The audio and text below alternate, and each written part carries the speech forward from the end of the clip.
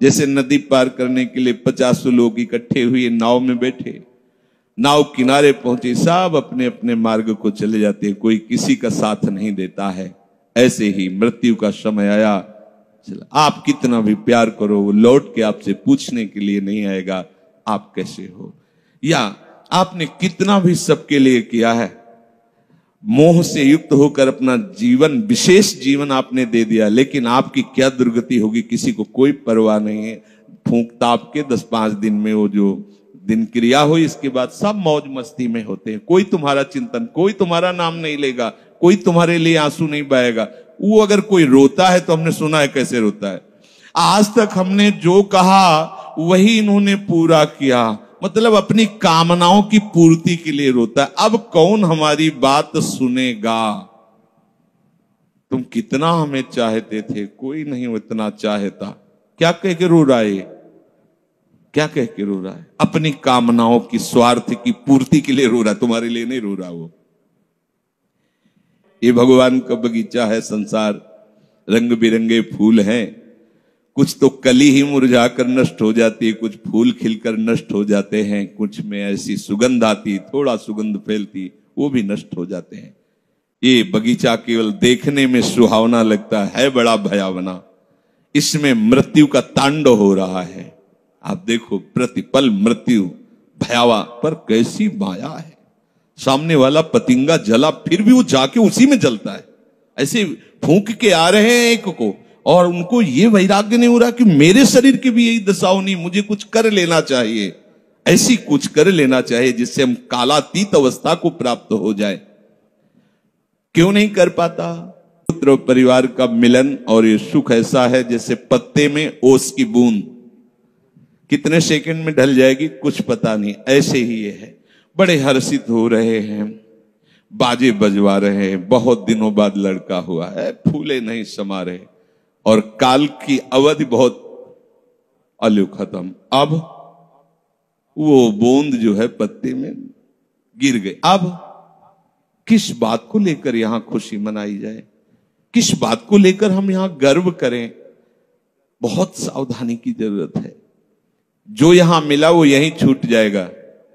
आप जब जाओगे तो आपके साथ हरि भजन वो किया नहीं, आपके साथ ही हरि उनको माना नहीं, क्या करो? कुछ दे दे, क्या? सबको सुख देने की भावना, सब में प्रभु की भावना, जो भी तुम्हारे पास मन वचन कर्म से प्राप्त हुआ है वो सबको सुख देने के लिए है। सब में प्रभु है। ये बात समझ में नहीं आएगी, सबको क्यों सुख दें? क्योंकि सुख मिलना है। आप सिद्धांत समझो, आप सबके सुखों को खींच करके उनको दुख देकर सुखी होना चाहते हो, तो वो दुख लौटकर बड़ा भारी रूप रख करके आपको भोगना पड़ेगा। आप दूसरे को सुख दिए तो सुख लौट के बड़ा भारी सुख आपको देगा। ये सिद्धांत समझो ना, पर समझ ठीक है नहीं। तो हम दूसरे को दुख दे करके अपने को सुखी मानना चाहते, तो वो दुख बहुत बड़ा रूप रख के आता है और हम दुखी हो जाते हैं। नहीं, आज तक तो सब लोग सुख के लिए ही कर रहे हो, तो सुखी हो जाना चाहिए। मतलब गलत है, कहीं ना कहीं सिद्धांत गलत है। सत्संगति को लाभ बड़ो है, साधु भक्त समझावे, चरण दास ही राम सुमिर ले, गुरु सुख देव बतावे। चरणदास जी कह रहे तुम्हारा परम हितकारी हरि है, उसी से नेह लगा लो, सदगुरु के वचनों पर विश्वास करो, प्रभु के नाम का निरंतर रटन करो। अब ये बात हमारी समझ में आई सत्संग के द्वारा कि हमारे जीवन के जो दो उद्देश्य बन रहे थे कि एक तो क्या करें, परिवार का पोषण करें या हरि भजन करें। तो दो भाव जो बने थे उनको तो मिटा दो, दो है ही नहीं। घर गृहस्थी में जो है बिल्कुल उसे बंधनकारक मत समझो। प्रभु का सब कुछ मानकर नाम सुमिरन करते हुए जो सेवा करो, अरे बड़ा आनंद आता है। आपको लगता है कि बैठकर भजन होता है, बिल्कुल ये मन की चाल है, नहीं होता। मन को भजन में नहीं लगाओगे तो चाहे पड़े रहो चाहे बैठे रहो, भजन नहीं होने वाला। और अगर भजन में लगाओगे तो फावड़ा चलाते हुए भजन होगा। जब नाम का अभ्यास करना था तो नई अवस्था थी, तो गुरुजन हर समय सेवा में लगाए रहते थे। बड़ी बड़ी पत्थर की शिलियां आश्रम में थी, उठा उठा कर उनको जमा कर खोद के बराबर करना, तुलसी का बगीचा लगाना, गेंदे का बगीचा लगाना, और वृक्षों को हैंड पैप से भर भर के पानी 100 बाल्टी खूब सींचना खूब, और उसमें भी नाम स्मरण करना। और जो पूर्व सदगुरुदेव भगवान थे बड़े ही बाहरी कठोर नियम वाले, और उस समय नाम का अभ्यास उसी समय करवाया गुरुदेव भगवान ने। ऐसे नाम पूरे में सोने लगाना, गुरुदेव भगवान की कृपा से समझ में आया। तो हमें लगता है कि कोई भी काम करते हुए भजन हो सकता है, कोई भी। अरे जब युद्ध हो सकता है तो और क्या बात है। अब बोलो आपका निर्णय कि मैं परमार्थ में जाऊं या व्यवहार ठीक करूं। हम कह रहे हैं वो व्यवहार ही परमार्थ बना लो ना, भागने की जरूरत कहां है। और जब आपकी अरुचि बढ़ेगी, वैराग्य बढ़ेगा, तो तुम्हें कोई रोक नहीं पाएगा। वो तो स्थिति आएगी, और अगर स्थिति के लिए बिना तुम भागोगे तो यहां के वही प्रपंच करोगे, यहां भी वही प्रपंच करोगे, भजन नहीं होगा। तो पहले तो साधक को इस बात को लेकर संदेह होता है कि संसार का व्यवहार करना कर्तव्य है या भजन करके भगवत प्राप्ति करना कर्तव्य। अब उसका सत्संग के द्वारा निर्णय होता है, चाहे शास्त्र का चाहे संतों का, कि नहीं नहीं मुझे तो इस जन्म में भगवत प्राप्ति करनी है। संसार के इन सब कार्यों को तो बहुत जन्मों में किया है, अब इस जन्म में भगवत प्राप्ति करनी है। ऐसा निर्णय सत्संग से होता है। जब ऐसा निर्णय हुआ तो भोग उसे कड़वे लगने लगे। ये शरीर का विलास, इंद्रियों का विलास उसको एक दुखद लगने, कैसे कैसे छोड़ूं, कैसे हटूं। अब उसी को वैराग्य कहते हैं। अब उसके अंदर वैराग्य बढ़ने लगा। जब वैराग्य बढ़ने लगा तो वो प्रभु की तरफ चलने के लिए उतावला हुआ।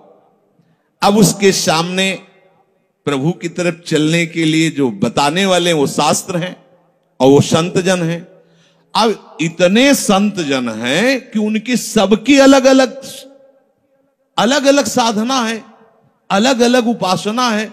इतने शास्त्र हैं कि उनकी अलग अलग धाराएं हैं, और बिना इसके कल्याण नहीं होगा। हर सब कोई कहता है हमारा मार्ग ठीक है, सब सिद्धांत कहते हैं इससे भगवत प्राप्ति, इससे भगवत प्राप्ति, इससे ऐसा, इससे।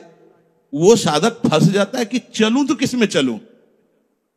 उसके सामने साध्य और साधन विषयक तरह तरह के भेद साधकों के द्वारा, संतों के द्वारा, भक्तों के द्वारा डाले जाते हैं सामने।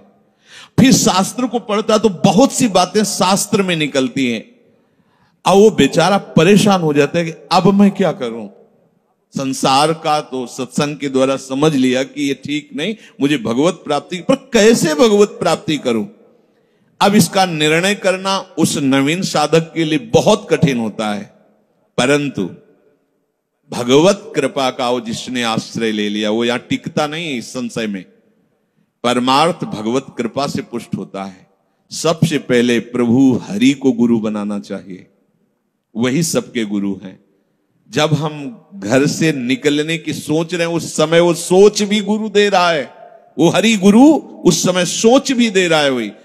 तो जब हमारी ऐसी स्थिति आती है कि हम निर्णय नहीं कर पाते तो अंदर से प्रभु को पुकारना चाहिए, हे गुरुदेव हरि आप प्रकट रूप में मिलो और मेरा समाधान करो।